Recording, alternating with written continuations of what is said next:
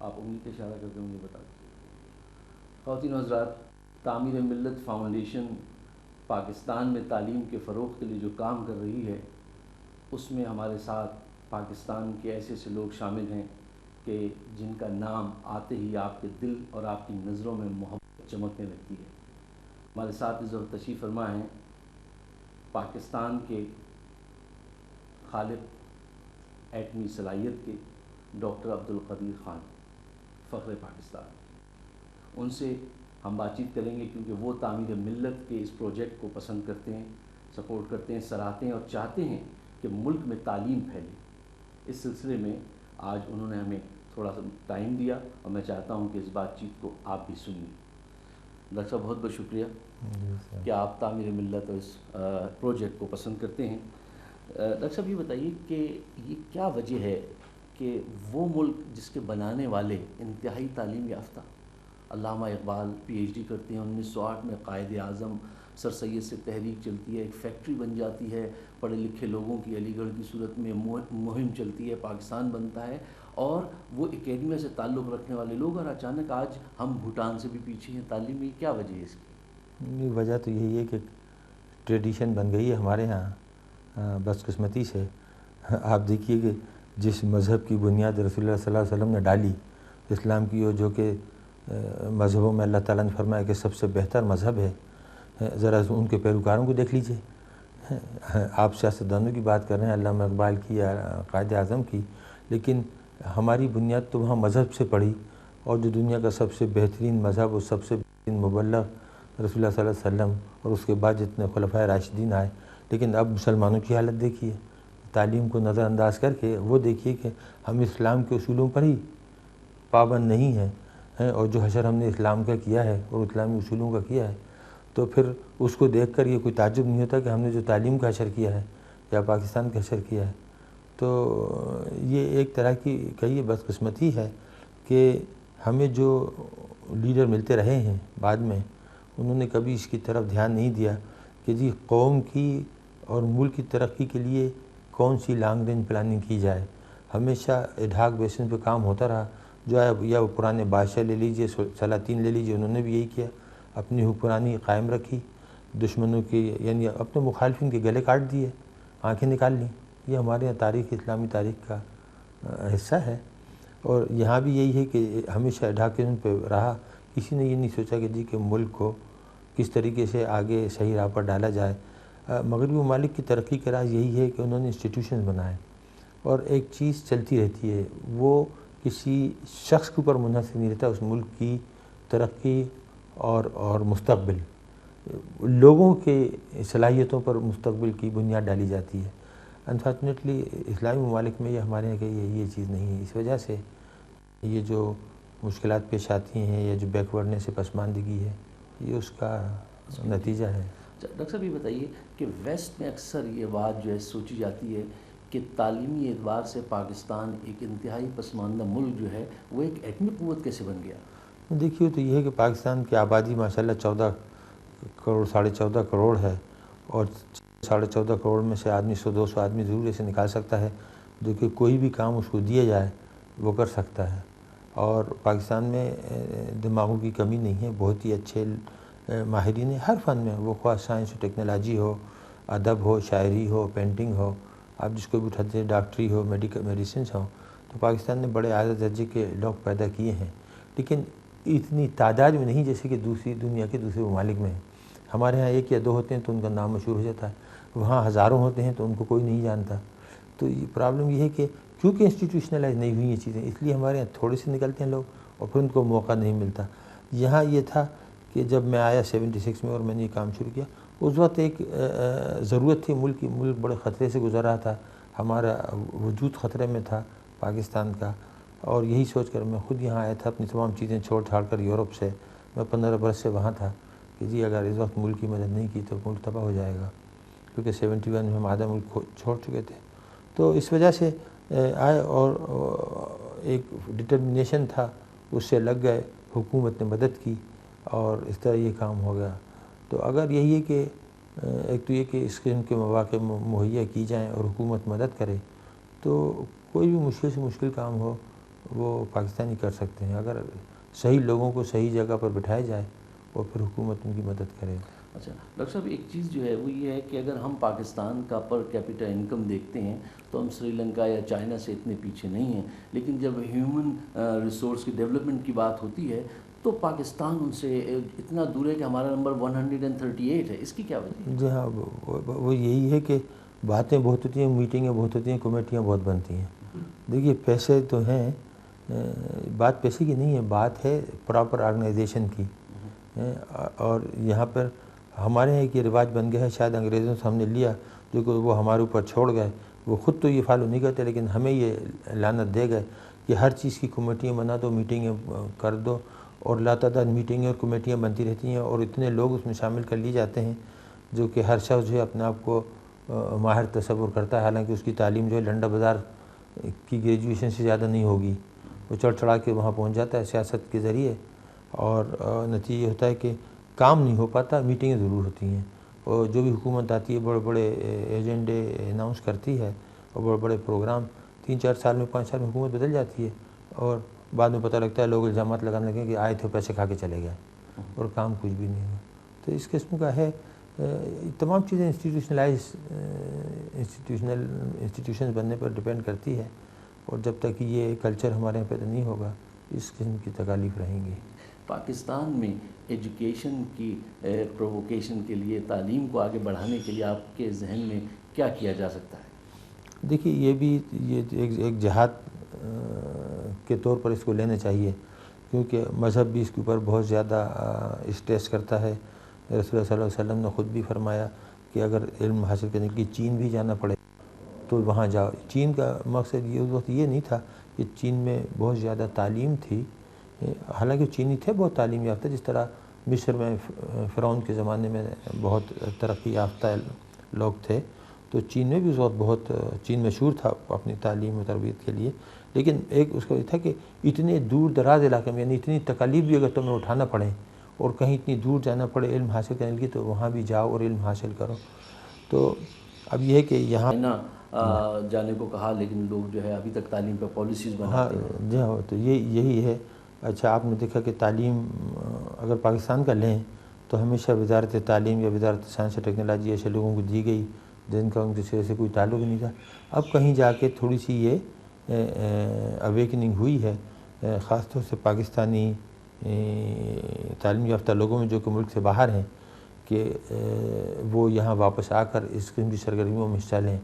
مثلا یہ کہ ڈاکٹروں کی ایک بہت بڑی تعداد یہاں آ گئی. انہوں نے شفا انٹرنیشنل ہاسپٹل بنایا جس کے چیف ایگزیکٹو ڈاکٹر ظہیر صاحب ہیں، اور انہوں نے نہ صرف یہ کہ اتنا اچھا اسپتال بنایا، بہت سے پاکستانیوں کو آنے کی دعوت دی، بلکہ ایک تعلیمی سرگرمیوں کا بھی ایک جال پھیلایا تعمیر ملت اسکولوں کے نام سے، جس کے 300 سے زیادہ اسکول قائم کیے ہیں. ملک کے ہر گوشے میں یہ اسکول قائم ہیں اور بچوں کو بڑی اچھی تعلیم دی جا رہی ہے.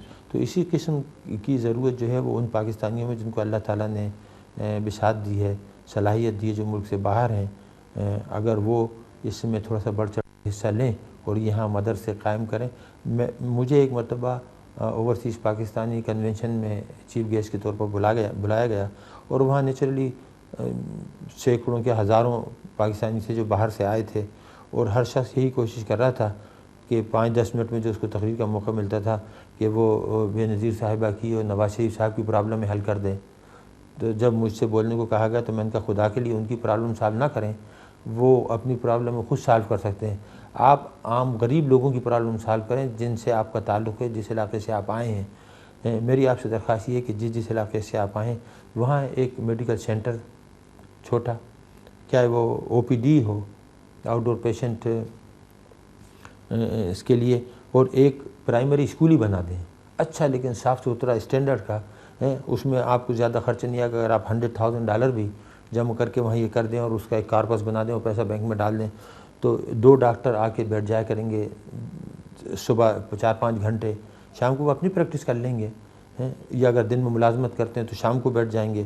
اور اسی طرح 6ٹھی جماعت تک پڑھانے کے لیے بچیوں کو 8ویں جماعت تک پڑھانے کے لیے 4-6 ٹیچر لے لیں تو آسانی سے آپ مل کر یہ خرچہ اٹھا سکتے ہیں.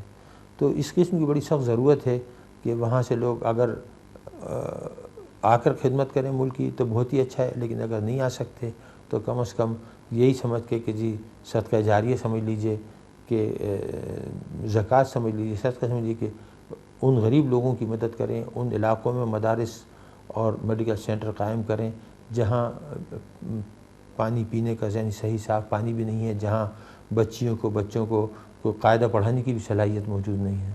تو یہ جو تعمیر ملت مدارس قائم کیے گئے ہیں بہت ہی اچھے ہیں۔ میرا بھی تعلق رہا ہے ڈاکٹر نیازی مرحوم جن کا بھی انتقال ہوا، ان کے ساتھ میں مل کر میاں والی جاتا تھا، تو وہاں پر بڑا اعلیٰ درجے کا یہ اسکول ہے ماشاءاللہ، اور دیکھنے کے قابل ہے۔ بہت سے جس طرح یہ مشنری اسکول ہیں اس اسٹینڈرڈ کا ہے، اور ایسے ہی اسکول بنانے چاہیے۔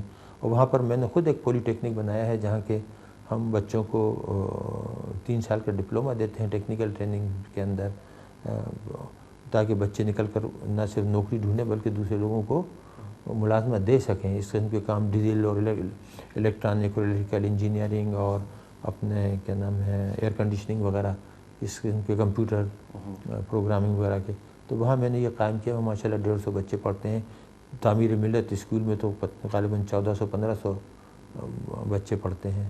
تو یہ بہت ضروری ہے کہ اگر لوگ آ سکتے ہیں تو آئیں۔ اب حالات ایسے ہو گئے ہیں کہ وہاں ان کی حالت بس سے بدتر ہی ہوتی جائے گی۔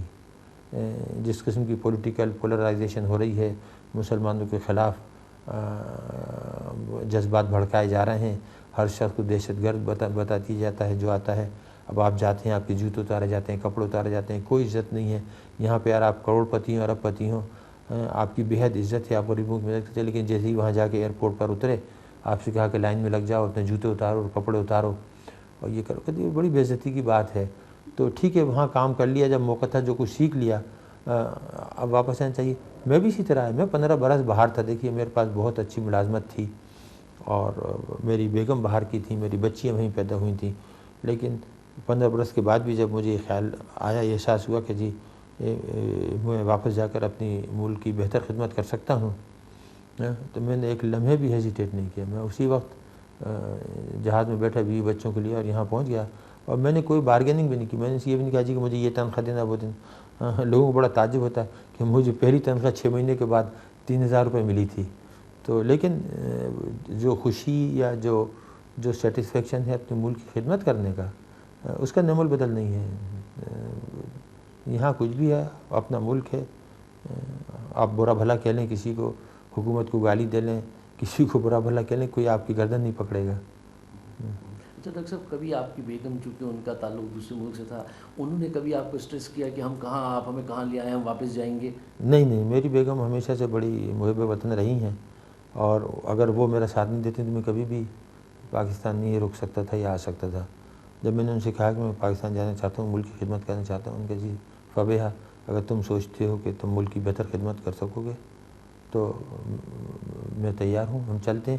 کیونکہ جب میں نے تم سے شادی کی ہے جانتے ہوئے کہ تم پاکستانی ہو، تو نیچرلی مجھے ہمیشہ یہ خیال تھا کہ کسی دن تم فیصلہ کرو کہ پاکستان چلے جائیں گے، تو یہ فیصلہ جو تھا یہ بڑا سوچ سمجھ کے کیا تھا۔ اچھا ڈاکٹر صاحب، ایک چیز جو ہے وہ یہ دیکھی گئی ہے کہ پاکستان میں اگر جو بھی طبقہ پڑھا لکھا ہے، یہ دیکھا ہے جب کوئی شخص یہاں سے ماسٹر کی ڈگری مکمل کرتا ہے تو اس کی پریورٹی میں پاکستان اور اسلام دین بہت نچلی سطح پہ ہوتے ہیں، اور وہ کچھ ایک ناراض سا آدمی نظر آتا ہے اور کچھ حاکم بننا چاہتا ہے۔ یہ نظام تعلیم کا قصور ہے یا اس کے گھرانے میں اس کی تربیت کا؟ نہیں، دونوں ہی ہیں۔ ایک طریقے سے گھرانے میں بھی وہ لوگ بڑی امیدیں وابستہ کر لیتے ہیں کہ بچہ پڑھ کے تو فوری ملازمت مل جائے گی، وہ بہت بڑا باس بن جائے گا، آفیسر بن جائے گا۔ اب وہ پرانے زمانے میں تو ٹھیک تھا کہ میٹرک پاس کر کے بھی آدمی کو اچھی نوکری مل جاتی تھی، کم تعلیم یافتہ لوگ تھے، لیکن اب تو یہ ہے کہ اس قدر یونیورسٹیز اور کالجز جو ہیں پرائیویٹ بھی بن گئے ہیں اور اسے بچے نکل رہے ہیں، لیکن اس کے ساتھ پروپورشنیٹلی وہ اپورچونیٹیز مہیا نہیں کی جا رہی جو ہونا چاہیے ملک کے اندر۔ اب اسٹریس تو اس پر کیا جا رہا ہے، ایمفیسس اس پہ کیا جا رہا ہے کہ جی دبا کے تعلیم حاصل کرو، پی ایچ ڈی پیدا کرو اور ایم ایس سی پیدا کرو، لیکن جب وہ باہر نکلتا ہے تو اس کو ایل ڈی سی کی جاب نہیں ملتی۔ تو ہم انڈسٹری نہیں بڑھا رہے، انڈسٹریلائزیشن نہیں کر رہے، توجہ صرف تعلیم کی طرف دے رہے ہیں۔ تو توجہ اگر تعلیم کی طرف دیں گے تو لٹریسی ریٹ جو ہے وہ سری لنکا میں 98% 99% ہے، لیکن بیکورڈنیس بہت ہے۔ اسی طرح دوسرے ممالک میں ممکن ہے برما میں ادھر بھی بہت ہم سے ہائر لٹریسی ریٹ ہے، لیکن حالت خستہ ہے۔ وہ اس وجہ سے کہ بے ڈھنگی پالیسی ہے۔ جب تک کہ آپ اپرچونیٹیز کریٹ نہیں کریں گے لوگوں کو جاب مہیا کرنے کی یا انڈسٹری لگانے کی، جب تک یہ کام نہیں ہوگا.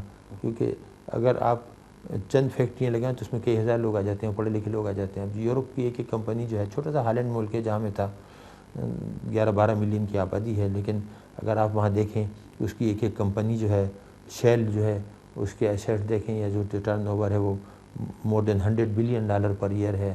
اور اسٹیل ملز ہیں اور یونیلیور ہے، اس قسم کی چیزیں. اور اپنا ایگریکلچرل پروڈکٹس ہیں، وہ $3-4 بلین سے زیادہ بیچ دیتے ہیں. ہمارا جو ہے پچھلا حساب آج تک ہم 10 بلین سے کبھی آگے نہیں بڑھے. اس میں سے بھی کاٹن جو ہے سب سے زیادہ وہ ہے، اس کے ساتھ تھوڑا سا چمڑا اور اس کے ساتھ تھوڑے سے کارپیٹس، تھوڑا سا گندم لگا لیں، چاول لگا لیں، یہ ملا کے باقی انڈسٹریل پروڈکٹس جو ہیں وہ ہمارے زیرو ہی ہیں. کاٹن اگر آج آپ خدا نخواستہ کوئی گڑبڑ ہو جائے تو ملک گھٹنوں پہ آ جائے. ڈاکٹر صاحب، امریکہ میں جو پاکستانی رہتے ہیں آپ سے اتنی محبت کرتے ہیں، تعمیر ملت کے حوالے سے، ایجوکیشن پھیلانے کے حوالے سے آپ انہیں کیا پیغام دیں گے؟ یہ محبت تو کرتے ہیں، میں ان کا شکر گزار ہوں. ان کو یہی دیتا ہوں کہ میری بھی مثال لیں کہ ہر چیز وہی نہیں ہے کہ ہر وقت اپنا ہی سوچنے کا کہ جی پیسے ٹھیک ہے، آپ پیسے لے آئیں اور روٹی تو آپ نے ایک ہی کھانا ہے، ایک ہی ٹوسٹ صبح کھانا ہے ناشتے میں، اور دوپہر کو ایک ہی چپاتی کھانا ہے، وہی میں کھاتا ہوں. اگر میں کہیں اور جاتا تو پتہ نہیں کتنے اربوں روپے کما لیتا، کروڑوں روپے کما لیتا. لیکن کھانا وہی، ایک چھوٹا سا گھر چاہیے اور وہی کھانا آپ کو چاہیے. تو یہ ہے کہ جو اس قابل ہیں، جن کو اللہ تعالیٰ نے فن دیا ہے، ہنر دیا ہے، ایک تو یہ کہ وہ کوشش کریں واپس آنے کی. جو کچھ سیونگز ہیں اس سے یہاں انکم ہو سکتی ہے. جب میں آیا تھا میری بھی سیونگ تھی، میں نے اٹھا کے بینک میں ڈال دی، اس کی منتھلی انکم ہونے لگی، کوئی تھوڑی سی تنخواہ تھی، اس سے گزارا ہونے لگا. تو میرا ان کا مشورہ یہ کہ یا تو وہ یہاں آ جائیں اگر آ سکتے ہیں، اگر نہیں آ سکتے تو پھر جو ملک کی جو تعلیمی سرگرمیاں ہیں، جس میں جیسے تعمیر ملت اسکول ہیں، یہ وہ اس میں بڑھ چڑھ کر مدد کریں. اور چاہیں تو اپنے نام سے اس میں جو بھی اسکول بنے، اگر اس میں وہ اچھا پیسہ دیتے ہیں تو اس میں بورڈ لگا دیا جائے کہ یہ جو اسپانسر کیا انہوں نے، وہاں ہوتے ہیں انہوں نے، ان کے اپنی بیگم کے نام سے، والدین کے نام سے، بچوں کے نام سے. میں بھی یہی کرتا ہوں کہ جب بھی میں کوئی چیز بناتا ہوں تو میں کبھی والد کے نام پہ، کبھی والدہ کے نام پہ، کسی کے نام سے کر دیتا ہوں. اچھا ڈاکٹر صاحب، یہ بتائیے کہ کبھی آپ کو کوئی لمحہ ایسا گزرا کہ آپ کو پاکستان آنے کے بعد بڑا ریگریٹ ہوا ہو کہ کہاں آ گیا؟ نہیں، ریگریٹ نہیں، ریگریٹ کبھی نہیں ہوا. بعض اوقات تھوڑا سا اریٹیشن ہوتا ہے کہ حالات اس طرح موو نہیں کرتے جس طرح کہ ہم عادی ہوئے تب 15 برس میں یورپ میں. یہ عادتیں بڑی جلدی بگڑ جاتی ہیں. اگر صاف ستھرے علاقے میں آپ ہفتہ بھر رہیں اور اس کے بعد آئیں کچرا آپ کو سڑک پہ نظر آئے تو آپ کو بڑی جلدی برا لگتا ہے. تو میں تو 15 برس میں وہاں ڈھل گیا تھا آلموسٹ. تو یہ نہیں، تھوڑا سا اریٹیشن ہوتا ہے کہ کیوں ہم حالات ٹھیک نہیں کرواتے. یہاں ہم پڑھے لکھے لوگ ہیں، ہم سب نے باہر سے تعلیم حاصل کی ہے، اور لا تعداد ہزاروں لوگ ایسے ہیں. تمام سرکاری ملازمین جو اعلیٰ عہدوں پر ہیں وہ ہزاروں چکر لگا کے آتے ہیں یورپ کے اور امریکہ کے، اور وہاں کی کارکردگی دیکھتے ہیں اور کام دیکھتے ہیں اور ترقی کے ذرائع. آپ ان سے پوچھیے، رپورٹیں لکھوا لیجئے، وہ یہاں سے آپ کو ایک 100 صفحے کی، 200 صفحے کی ایسی رپورٹ بنا دیں گے، ہر کام کی ماہرانہ رائے دے دیں گے کہ جی ملک اس طرح ترقی کر سکتا ہے، اور پروگریس اس طرح ہو سکتی ہے، اور ایگریکلچر اس طرح ہو سکتی ہے، ایجوکیشن اس طرح ہو سکتی ہے. ابھی بنائیں، کمیٹی بنا دیں، کر دیں گے. لیکن امپلیمنٹیشن میں زیرو. اپلیکیشن جو ہے نا، یہ اسی طرح ہے کہ ایک تھیوریٹیکل کرکٹ پلیئر کہ آپ کو کھڑا ہو کے بلے بلے گھما رہا ہے، سمجھا رہا ہے کہ جی بیٹنگ اس طرح کرو، لیکن جب وہ وہاں جا کے کھڑا ہوتا ہے جو پہلی گیند آتی ہے اس میں اس کی مڈل وکٹ اڑ جاتی ہے. تو اس میں بڑا فرق ہے کہ ایک چیز سمجھانا اور ایک پریکٹیکل اپلیکیشن اس کو بتانا. تو یہاں پر یہی ہے کہ اپلائی نہیں کرتے. اب میئرس کو لے لیجئے، شہر کے چیئرمینس کو لے لیجئے، کیا وہ کراچی ہو، اسلام آباد ہو، یورپ جاتے ہیں، ہزار جگہ جاتے ہیں، دیکھا کہ شہر میں فٹ پاتھیں ہیں، صاف ستھرا علاقہ ہے، کہیں گندگی نہیں ہے. وہ اچھا، اسلام آباد اتنا چھوٹا سا شہر ہے، یہاں سے آدھے گھنٹے میں تو پورا اسلام آباد گھوم لو، جو مین چیزیں ہیں سڑکیں. لیکن ان کو آج تک یہ نظر آیا 25 برس سے کہ ان سڑکوں کے ساتھ فٹ پاتھ نہیں ہے. لوگ بیچارے جو ہیں پارٹیشن جو ہے گھاس کا اس پہ چل رہے ہیں، اور کچرا کوڑا پڑا ہوا ہے، سڑکوں میں گڑھا پڑا ہوا ہے. اگر سڑک میں گڑھا پڑے گا تو وہ 15 دن تک گڑھا ہی رہے گا، گزرتے رہیں آپ. اگر گٹر کا ڈھکنا غائب ہے تو وہ غائب ہی ہے، کوئی پوچھنے والا نہیں. تو اس قسم کی چیزیں جو ہیں کہ اس کی طرف دیکھتے ہی نہیں ہیں. اچھا، جب سیاستدانوں کو یہ حال ہے، جب وہ سیاست میں نہیں ہوتے، یعنی حکومت میں نہیں ہوتے، باہر گھومتے پھرتے ہیں تو بھی ان کی آنکھیں بند ہوتی ہیں، اپنے کام میں مست رہتے ہیں. جیسی حکومت میں آئے تو لوگ ان کی اس طرح باتوں میں لگا رہتے ہیں کہ سفر کریں فرض کیجئے کہ یہاں سے وزیر اعظم جا رہے ہیں ایئرپورٹ اور سڑک میں گڑھے وغیرہ بھی ہیں، تو وہ وزیر اعظم کو احساس ہی نہیں ہو پاتا کہ سڑک میں گڑھے ہیں، کیونکہ جو ساتھ میں ان کے ساتھ کوئی نہ کوئی بیٹھا ہوتا ہے نا، وہ ان کو ایسے باتوں میں لگائے رکھتا ہے یہاں سے، جیسے وہ یہاں سے بیٹھے اپنے گھر سے نکلے اور ایئرپورٹ کی لاؤنج تک، کہ وہ نہ ان کو یہ موقع دیتا کہ وہ باہر دیکھیں یا نیچے دیکھیں یا کوئی دیکھیں۔ میری ہمیشہ سے عادت رہی کہ جب بھی میں ٹریول کرتا ہوں، بیٹھتا ہوں، یا میں کہوٹا جاتا تھا 50 میل، میں ہمیشہ دیکھتا رہتا تھا کہ جی کہاں امپروومنٹ ہو سکتا ہے روز، کہاں سڑک میں کوئی گڑھا تو نہیں ہے، کہیں کارنر تو ایسا نہیں ہے خراب کہ جہاں خطرہ ہو سکتا ہے ہم اس کو ٹھیک کر دیں، کہیں ایسی جگہ تو نہیں ہے جہاں کوئی بچے سامنے آ جاتے ہوں، وہاں تھوڑا سا اسپیڈ بریکر ہوا ہے۔ تو اس قسم کی چیزیں اگر آدمی اس کانشیس ہو جائے کہ جی ہم نے یہ کرنا ہے اور ٹھیک سے کرنا ہے، تو ٹھیک ہے۔ اگر وہ کتابوں کا یا کاغذات کا کیڑا بن کر بیٹھ جائے دفتر میں اور پھر کام نہ کرنا چاہے تو بہت ہے۔ اب یہاں پر ہے کہ ہم بھی آ کے بیٹھ سکتے ہیں، لیکن میں ہمیشہ کاموں میں لگے رہتا ہوں۔ میں پہلے اپنے دوسرے کام سے متعلق تھا، اب میرا زیادہ تر کام سوشل ایکٹیویٹیز اور اس میں ہے ایجوکیشن میں، تو میں بہت زیادہ دھیان دے رہا ہوں ایجوکیشن پہ اور سوشل کاموں میں۔ ڈاکٹر صاحب یہ بتائیے کہ ابھی آپ نے کہا کہ جو لوگ وہاں رہ رہے ہیں انہیں بات سمجھ لینی چاہیے کہ اب آنے والا وقت وہاں کے لیے اچھا نہیں ہے، تو جب آپ یہ کہتے ہیں تو کیا آپ سمجھتے ہیں پاکستانیوں کے لیے اچھا نہیں ہے، خود ویسٹ کے لیے بھی اچھا نہیں ہے، یا ویسٹ اپنے پیک کو پہنچ گیا؟ نہیں، دیکھیے ان کا تو اگر زوال بھی آیا تو وہ بڑا دھیرے دھیرے آئے گا، اور وہ اس وہاں کی حالت سے پھر بھی فائدہ اٹھاتے رہیں گے۔ حالت ایکسپیٹریٹس کا ہے، ٹھیک ہے، حال ایکسپیٹریٹس کا ہے۔ میں نے کئی مرتبہ انٹرویو دیکھا، امریکہ میں دیکھا، ہندوستانی ڈاکٹر نہیں تھی، اور وہ جب اسکرٹ اور بلاؤز پہن کے جاتی تھی تو کہتی تھی کوئی مجھے نہیں دیکھتا تھا، وہی سمجھتے تھے کہ شاید نیگرو ہوں گی میں، یا کیا تھوڑی سی ڈارک تھی، لیکن جیسی میں نے ساڑی پہنی تو میرا مذاق اڑاتے تھے، میرے اوپر تھوکتے تھے، کہتی میں یہاں 20 برس سے ڈاکٹر ہوں اور بڑی ٹاپ کلاس۔ تو اب اس قسم کی جب آ جائے، وہاں بھی تو یہ نہیں ہے کہ جی 100% لوگ پڑھے لکھے ہی ہیں، وہاں بھی بڑا سخت ریشزم ہے، ڈسکریمنیشن ہے۔ تو جو عام لوگ ہیں 80% 90%، وہ تو وہ کم پڑھے لکھے ہیں۔ دیکھیے تعلیم تو وہاں آپ اس لیے کہتے ہیں کہ جی اس نے 8ویں جماعت پاس کری، 6ویں جماعت کری، تعلیم یافتہ ہو گیا، کہ کمپلسری تعلیم وہاں یہ ہے کہ آپ 8ویں جماعت تک پڑھیں، اب اس کے بعد تو 1 یا 2% ہی ہائر ایجوکیشن پہ جاتے ہیں، باقی تو وہی جہالت ہے۔ تو آپ کا تو ساتھ سابقہ پڑتا ہے، دفتر میں تو پڑتا ہے پڑھے لکھے لوگوں سے، لیکن روز مرہ بازاروں میں، سڑکوں پہ، ادھر ادھر آپ کے بچوں کا سابقہ تو اسی لوگوں سے پڑتا ہے جو کہ ان کو برا بھلا کہیں گے۔ اور ابھی جو پچھلے حالات ہوئے ہیں افغانستان کے اور عراق کے ادھر ادھر کے، تو اس سے تو بالکل ٹارگیٹ بن گئے ہیں، اور خاص طور سے مسلمان۔ ڈاکٹر صاحب یہ بتائیے کہ کوئی ایسی بات تعمیر ملت کے اعتبار سے اور ایجوکیشن پرووکیشن کے حساب سے جو میں نے آپ سے نہ پوچھی ہو، جو آپ کہنا چاہتے ہوں نہیں، کہ ہم تعمیر ملت کے پروگرام کو کیسے آگے بڑھائیں؟ تعلیم ملت کا یہی ہے کہ ایک تو وہ لوگ اس بارے میں معلومات حاصل کریں، اور اس کے بعد اسپانسر کریں کہ جی یہاں جو تعلیم ملت کے سربراہ ہیں ڈاکٹر ظہیر صاحب، ان سے کنٹیکٹ کریں اور کہیں کہ جی فرض کیجئے کہ پوچھیں کہ اگر ہم پرائمری اسکول بنائیں تو کتنا خرچ آئے گا، اور یا اس کو چلانے کا کتنا خرچ آئے گا۔ 2 طریقے کر سکتے ہیں، یا تو یہ کہ کہیں جی کہ بلڈنگ ہم بنا دیتے ہیں اسکول کی، اور وہ بلڈنگ بنا دیں، اس کا نام ان کے نام پر یا ان کی والدہ کے نام پر، بیگم کے نام پہ، والد کے نام پر رکھ دیں، اور مصارف جو ہے، خرچہ جو ہے وہ پھر جو فنڈس کی جمع کرتے ہیں ظہیر صاحب ان کے کولیگس، وہ سے چلاتے رہیں۔ دوسرا طریقہ یہ ہے کہ جو اسکول چل رہے ہیں اس کا خرچہ اٹھا لیں، وہی کہیں جی کہ ایک اسکول ہم اڈاپٹ کر لیتے ہیں، اور وہاں باقاعدہ ان کا بورڈ لگا دی جائے کہ اس اسکول کے جو ہیں جہاں بچیاں اتنی بچیاں تعلیم حاصل کر رہی ہیں، اتنے بچے تعلیم حاصل کر رہے ہیں، وہاں ان کے مصارف جو ہم اٹھا رہے ہیں۔ دیکھیے ہم بھی یہاں کرتے تھے صبح سے شام تک، میری بیوی کرتی رہتی ہیں۔ ہم نے ایک ڈیف اسکول ہے پنڈی میں، اس میں بچوں کے پاس ہیئرنگ ایڈس نہیں تھے۔ اب ہمیں پتہ لگا، میری بیوی نے اپنی جیب سے $60,000 کے ہیئرنگ ایڈس منگا کے دیے، اور ان کی بیچاروں کی زندگی بدل گئی۔ اچھا، ان کو ورکشاپ بنا کے دی جہاں وہ کام کرتے ہیں، ہنر سیکھتے ہیں۔